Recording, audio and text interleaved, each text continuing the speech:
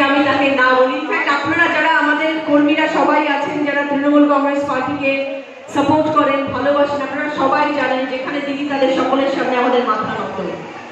আমরা তাকে এতটাই শ্রদ্ধা করি, এতটাই আমরা তাকে উঁচু জায়গায় বসিয়ে রেখেছি। আমাদের কাছে, সকলের কাছে তিনি রাজনীতির জায়গায় উনি আমাদের ভগবান।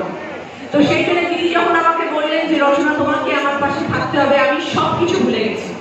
আমার তখন দুটো জিনিসই করেছিল, যে আমার ছেলেটাকে আমাকে দেখতে হবে, আমার দিদি নাম্বার অনেক বন্ধ করতে পারবো না, কারণ সেটা আমার দিদিদেরকে আনন্দ দেওয়ার জায়গা। আর আমার মহিলারা আমার প্রাণ, বাংলার মহিলারা হচ্ছে আমার প্রাণ, এবং আমি তাদেরকে অসম্ভব ভালোবাসি। কারণ আমি জানি বাংলার মহিলারা, প্রতিটি মানুষ, প্রতিটি দিদি, প্রতিটি মায়েরা, প্রতিটি বোনেরা, তাদের আনন্দ বলুন, দুঃখ বলুন, তাদের ক্ষোভ বলুন, তারা সবকিছু একটা জায়গায় এসে প্রকাশ করতে পারে, সেটা হচ্ছে দিদি নাম্বার ওয়ানের মঞ্চ।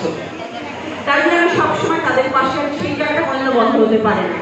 তারপরে আমি ভাবলাম তাহলে এখন আমাকে তার সাথে সাথে আরো একটা জায়গায় নিজেকে পুরোপুরি ভাবে উজাড় করে দিতে হবে, সেটা হচ্ছে রাজনীতি।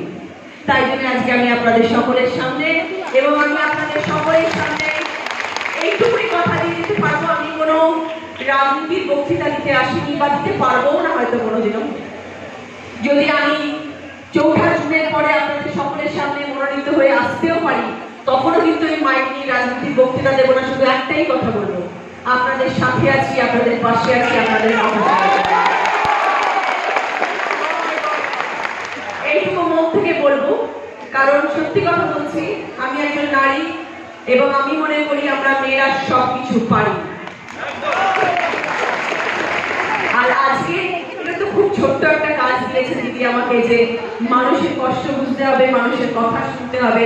আর হুগলি জেলার পাশে, আমি আবারও বলছি, আমায় দিদি পাঠিয়েছেন, আজ থেকে আমি আপনাদের ঘরের একটি পরিবারের একজন মানুষ হয়ে গেলাম, এবং যতদিন থাকবো পরিবারের মানুষ হয়ে থাকার চেষ্টা করব। এই অঙ্গীকার, এই কথা আমি আজকে আপনাদেরকে পান্ডুয়াতে দিয়ে গেলাম। আশা করি আপনাদের সকলের সাথ পাবো, আশা করি আপনারা আমার পাশে থাকবেন, আমাকে ভালোবাসবেন, সাথ চলতে হাত ধরবেন, এবং আপনাদেরকে আমি কখনো নিরাশ করবো না, এইটুকু ভরসা দিয়ে দিলাম।